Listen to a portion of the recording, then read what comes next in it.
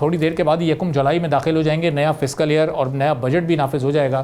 तो ये छोटी गाड़ियाँ कितनी सस्ती होने जा रही हैं, वाकई इनकी कीमतों में लाखों रुपए का फ़र्क आने वाला है? अल्लाह करे जो आप कह रहे हैं ऐसा ही हो, लेकिन असल में सिनेरियो कुछ चेंज है।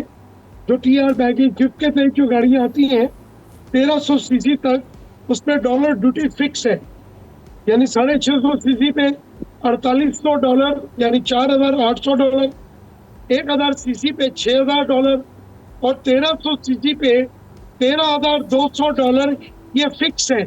अच्छा, ये जो फायदे की आप बात कर रहे हैं ना, ये जब पॉसिबल है कि जब कमर्शियल गाड़ियां यानी LC खुले और वो गाड़ियां इंपोर्ट हो या ब्रांड न्यू गाड़ियां आ रही हो, तो परसेंटेज वाइज मिसाल के तौर पर 50% ड्यूटी हो, 10% उसमें RD हो, और उसमें जो रिलैक्सेशन की बात हो रही है तो वो बहुत अच्छी बात होती।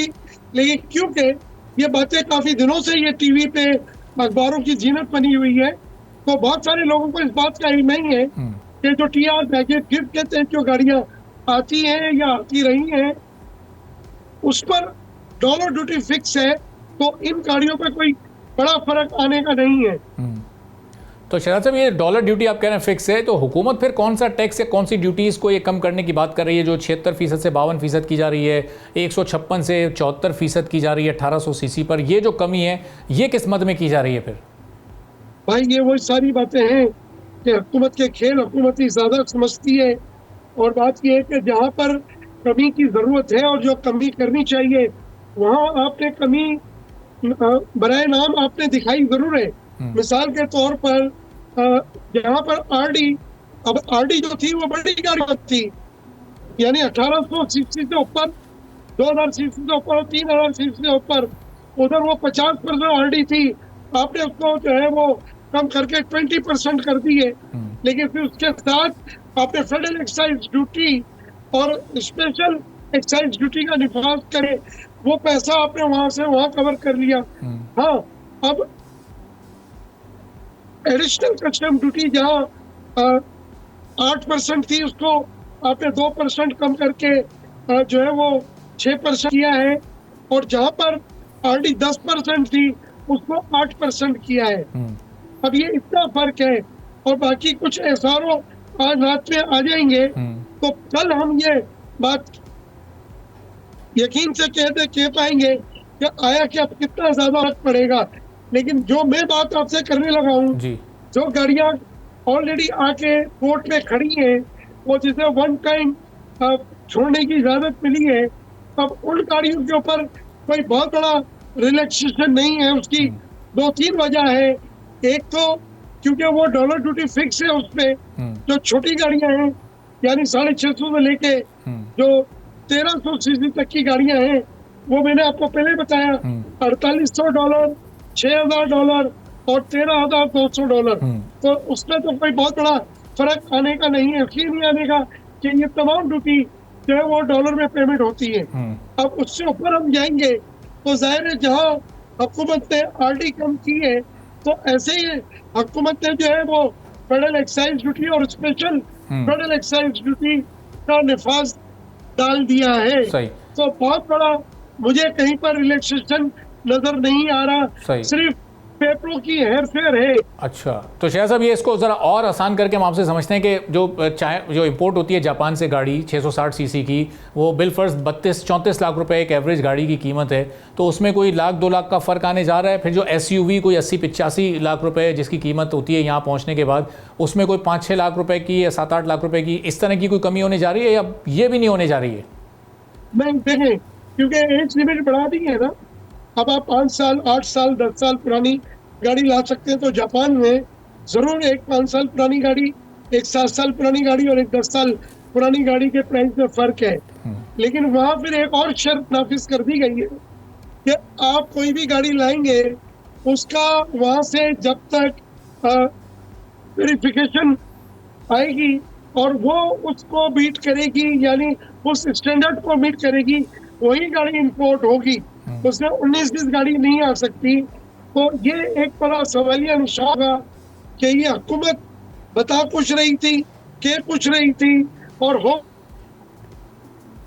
कुछ और रहा है। तो शहजाद साहब, ये और जो गाड़ियां यहाँ लोकल असेंबल हो रही हैं, ये उन पर भी कोई रिलैक्सेशन मिलेगा? उनकी कीमत कुछ कम होने जा रही है 2-4 लाख रुपए, या वो भी वैसे ही रहेंगे? रिलैक्सेशन है उसमें, नहीं उसमें बड़ा रिलैक्सेशन है, क्योंकि जो बड़ी गाड़ियां पाकिस्तान में असेंबल्ड हो रही हैं उसमें एफएडी जो है ना वो सिर्फ 10% है, और अब इम्पोर्टेड जितनी भी बड़ी गाड़ियां हैं उसमें एफएडी जो है वो कम से कम 80% और वरना 92% है। यानी जो आपने रेगुलेटरी ड्यूटी 30% कम की है, उसकी जगह आपने डबल ट्रिपल आपने जो है उसमें एफएडी डाल दी है। तो लिहाजा बड़ी गाड़ियां जो बाहर से आती हैं उसमें आपको कोई रिलैक्सेशन नहीं मिलेगा, बल्कि उसकी कीमतें ऊपर जाएंगी। पाकिस्तान में जो गाड़ियां असेंबल्ड हो रही हैं उसमें जरूर आपको कमी नजर आएगी। और शहजाद साहब, ये पाकिस्तान में कौन कौन सी गाड़ियां असेंबल हो रही हैं, जरा 2-4 के अगर आप नाम लेके भी बता दें तो जरा सुनने वालों को भी आसानी हो जाए कि उनको आगे कौन सी गाड़ियों की कीमतें कम होती नजर आएंगी। देखिए, तो कुछ कंपनियों ने वैसे ही जो है वो आज से 8-10 दिन पहले अपने बड़े प्राइस कम किए हैं, जिसमें हमने कोरियन कंपनी को वहाँ देखा, कोई 1.3 मिलियन के उन्होंने कम किए अपनी स्पोर्टेज पर। जी, एक और कंपनी ने 12 लाख और 13 लाख भी कम किए हैं। बात यह है कि अब मुकाबला जरूर होगा, लेकिन बात यह है कि हमारे मुल्क में छोटी गाड़ियां तो कोई नहीं बनाता, सारे बड़ी गाड़ियां बनाने वाले हैं। और एक गाड़ी जो हमारे मुल्क में अगर छोटी बन रही है वो सुजुकी आल्टो है, उसकी कीमत बहुत आसमान पर है, वो 36 लाख रुपए की है। अगर यही गाड़ी हम एक पड़ोस मुल्क में देखें तो वहाँ के 4.25 लाख की है, और अगर उनका रुपया स्ट्रॉन्ग है तो पाकिस्तानी 12 लाख रुपए बनते हैं। तो मैं ये कहना चाह रहा हूँ आपको कि कोई मुझे बड़ा रिलैक्स छोटी गाड़ियों में, इंपोर्टेड गाड़ियों में नजर नहीं आ रहा।